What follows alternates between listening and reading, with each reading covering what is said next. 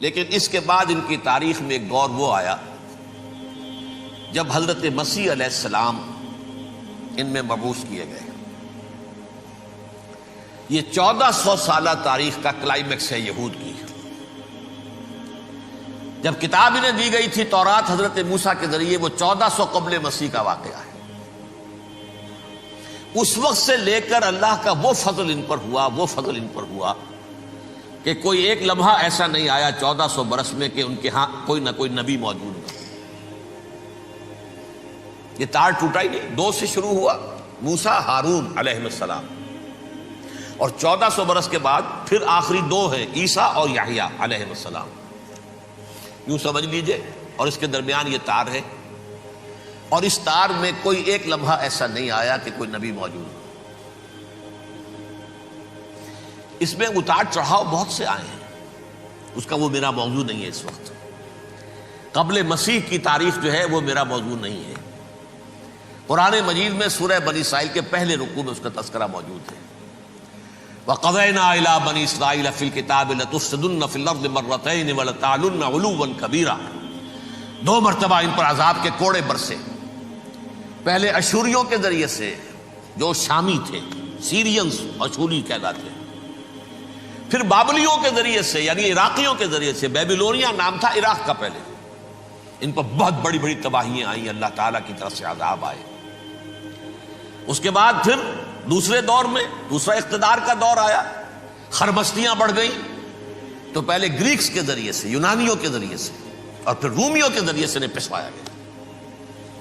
یہ دور گزر چکے تھے ان پر، 2 عروج کے دور اور 2 زوال کے دور۔ میری چھوٹی سی کتاب ہے تنظیم اسلامی کا تاریخی پس منظر، شاید 6-7 روپے کی ہوگی، اس کو آپ دیکھیں گے تو اس میں اس کا پورا نقشہ آپ کو مل جائے گا۔ ویسے تو یہ کہ میری جو ذرا بڑی کتاب ہے سابقہ اور موجودہ مسلمان امتوں کا ماضی، حال اور مستقبل، اس میں میں نے ان معاملات پر بڑی تفصیل سے بحث کی۔ بہرحال یہ جو دور تھا ان کا 1400 سالہ، وہ اونچ نیچ سے ہوتا ہوا جب آیا ہے حضرت مسیح کی بعثت پر، تو ان کی شرارت کی انتہا یہ ہو گئی کہ اللہ تعالیٰ نے مسیح کو رسول بنا کر بھیجا، رسولاً الی بنی اسرائیل۔ حضرت موسیٰ اور حضرت عیسیٰ کے درمیان رسول کوئی نہیں ہے، سب نبی ہیں۔ حضرت موسیٰ رسول تھے اور حضرت عیسیٰ رسول ہیں، درمیان میں داؤد ہو، سلیمان ہو، یشعیاہ ہو، زکریا ہو، یہ سب نبی ہیں، یحییٰ نبی ہے، رسول نہیں ہے، لہذا وہ شہید کر دیے گئے۔ رسول شہید نہیں ہو سکتا، قتل نہیں ہو سکتا۔ لیکن عیسیٰ اور موسیٰ کے درمیان 1400 برس ان کے جو ہیں، اس کا کلائمیکس ہے حضرت مسیح علیہ السلام کی بعثت، اور حضرت مسیح علیہ السلام کو جسے اللہ نے اپنی روح قرار دیا، روح منہ، کلمتہ القاہا الی مریم، اللہ کا کلمہ، عظیم ترین معجزات۔ انہوں نے کیا کہا؟ یہ ولد الزنا ہے، حرام زادہ ہے، معاذ اللہ، نقل کفر نہ باشد، یہ جادوگر ہے، یہ مرتد ہے، یہ واجب القتل۔ اصل حکومت اس وقت رومیوں کی تھی حکومت، لیکن انہوں نے انہیں آٹونومی دے رکھی تھی، اپنے مذہبی معاملات تم خود طے کر سکتے ہو۔ تو کائفاس جو اس وقت کا ان کا ہیڈ ربائی تھا سب سے بڑا، اس کی عدالت نے فیصلہ کیا مسیح کو سولی چڑھا دیا جائے۔ پائلیٹس پونٹس، اس کے پاس ان کی ازداش پہنچ گئی، یہ ہمارا مجرم ہے مذہبی، یہ مرتد ہے، یہ کافر ہے، یہ جادوگر ہے، یہ واجب القتل ہے، اسے قتل کرو، سولی چڑھا دو۔ خیر وہ لمبی بات ہو جائے گی، اس نے تو اپنے ہاتھ دھوئے کہ صاحب ہمارے پاس کوئی جرم نہیں ہے اس کے خلاف، تم کہتے ہو تو ٹھیک ہے، سولی چڑھا دیتے۔ یہ دوسری بات ہے کہ اللہ نے حضرت مسیح کو اٹھا لیا آسمان پر، ان کی جگہ وہ شخص سولی چڑھا جس نے غداری کر کے گرفتار کروایا تھا، جوڈاس اسکیریوٹ، اس کی شکل اللہ نے بدل دی حضرت مسیح کی سی، اور حضرت مسیح کو فرشتے اٹھا کے اوپر لے گئے، وہ زندہ آسمان پر اٹھا لیے گئے۔ اور یہ ساری تفاصیل نہ قرآن میں ہے نہ حدیث میں ہے، یہ انجیل میں ہے، لیکن انجیل کون سی؟ برنباس کی انجیل، gospel of the Lord according to saint Barnabas. یہ حواریین مسیح میں سے تھے، لیکن عیسائی ان کو تسلیم نہیں کرتے، ان کی بائبل کو صحیح نہیں مانتے، کینونیکل نہیں مانتے۔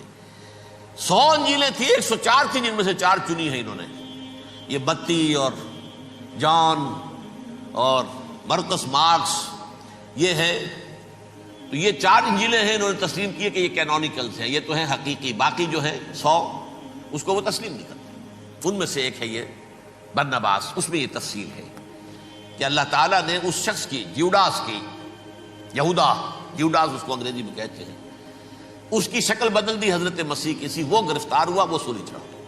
وہ غدار تھا، غداری کی سزا اسے ملنی تھی، وہ مل گئی۔ حضرت مسیح کو فرشتے 4 اٹھ رہے ہیں، جس کوٹھڑی میں حضرت مسیح مقیم تھے، ایک باغ کے اندر وہ کوش تھے، اس کی چھت پھٹی ہے، 4 فرشتے آئے ہیں، حضرت مسیح کو اٹھا کر لے گئے ہیں، چھت برابر ہو گئی ہے، اس کے بعد وہ شخص پکڑا گیا۔ بہرحال حضرت مسیح کو اللہ نے اٹھا لیا آسمان۔ لیکن وہ دن ہے کہ اس قوم کو اب مغضوب علیہم قرار دے دیا گیا۔ نوٹ کر لیجئے، اصل میں تو ہونا یہ چاہیے تھا کہ رسول کی جان کے در پہ جب کوئی امت ہو جاتی تھی تو اللہ کا قاعدہ یہ تھا کہ اس امت کو نسیہ منسیہ کر دیا جائے۔ حضرت نوح کی قوم کو ختم کیا یا نہیں؟ حضرت ہود کی نگاہوں کے سامنے قوم عاد برباد کی گئی یا نہیں؟ حضرت صالح کی نگاہوں کے سامنے قوم سمود برباد ہوئی؟ یہ اللہ کا قاعدہ رہا۔ سدوم اور عمورہ کی بستیاں حضرت لوط علیہ السلام جہاں بھیجے گئے، مدین کا علاقہ جہاں حضرت شعیب بھیجے گئے، اہل فرعون جن کی طرف موسیٰ کو بھیجا گیا، سب ہلاک کر دیے گئے۔ کیونکہ رسولوں کے بارے میں اللہ کا نبیوں کے بارے میں یہ بات نہیں ہے۔ نبی آیا، اس نے دعوت دی، جس نے مان لیا اچھا کیا، اپنے لیے اچھا کیا، نہیں مانا اس کی اپنی جو ہے عاقبت برباد ہو گئی۔ دنیا میں کوئی فیصلہ اس کا نہیں ہوتا، لیکن رسولوں کا معاملہ یہ ہوتا ہے کہ دنیا میں وہ اللہ کی عدالت بن کر آتے ہیں، مانو گے تو بچو گے، نہیں مانو گے ہلاک ہو جاؤ۔ تو اس اعتبار سے وہ مستحق تو ہو چکے تھے اس کے کہ انہیں ہلاک کر دیا جائے۔ اب اللہ کی کوئی خصوصی مشیت ہے، اس میں کیا حکمت ہے؟ وہ ہے ایک حکمت، میں بعد میں اگر وقت ہوا تو بتاؤں گا۔ فیصلہ یہ کیا اللہ نے کہ حضرت مسیح کو تو اٹھا لیا زندہ، اور ان کی رسی ابھی مزید دراز کر دی، کہ ان کو ابھی مہلت دے دی کہ تمہیں آخری استیصال، جس کو عذاب اکبر کہتا ہے قرآن، سورہ سجدہ جو حضور ہر جمعے کی پہلی رکعت میں فجر میں پڑھتے تھے، وَلَنُذِيقَنَّهُم مِّنَ الْعَذَابِ الْأَدْنَىٰ دُونَ الْعَذَابِ الْأَكْبَرِ لَعَلَّهُمْ يَرْجِعُونَ۔ چھوٹے چھوٹے عذاب اور ایک بڑا عذاب، جبکہ قوم بالکل برباد، نسیم منسیہ، کأن لم یغنوا فیہا، ایسے ہو جائیں جیسے کوئی تھے ہی نہیں آباد یہاں۔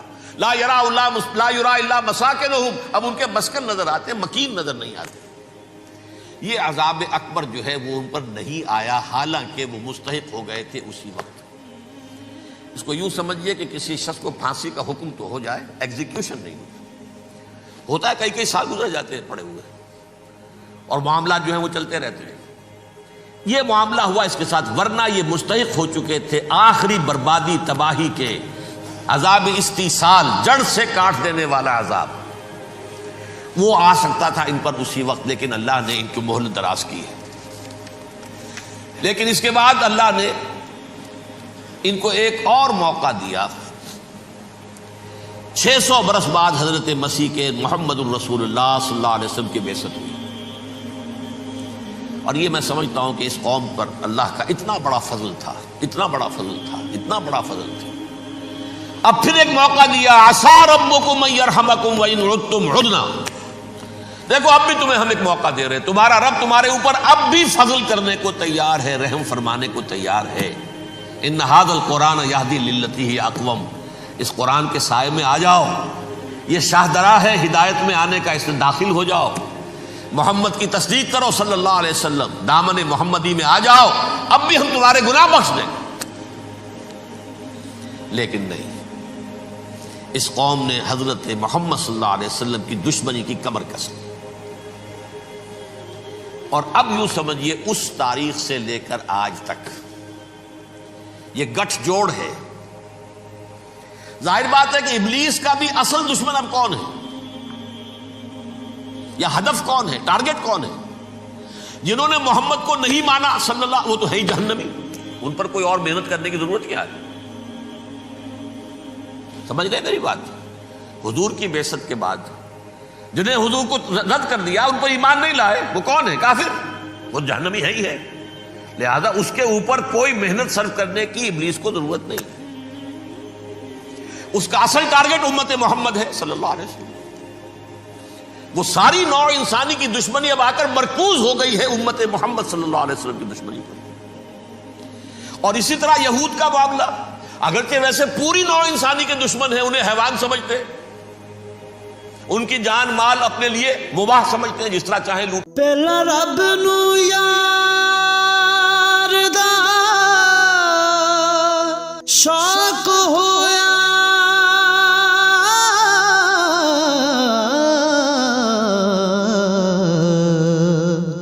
نبی پاک دا کرن جمال مائیں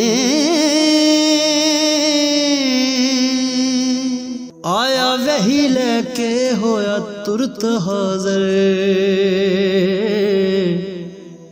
تے لیا یار نے یار نو پھال مائیں.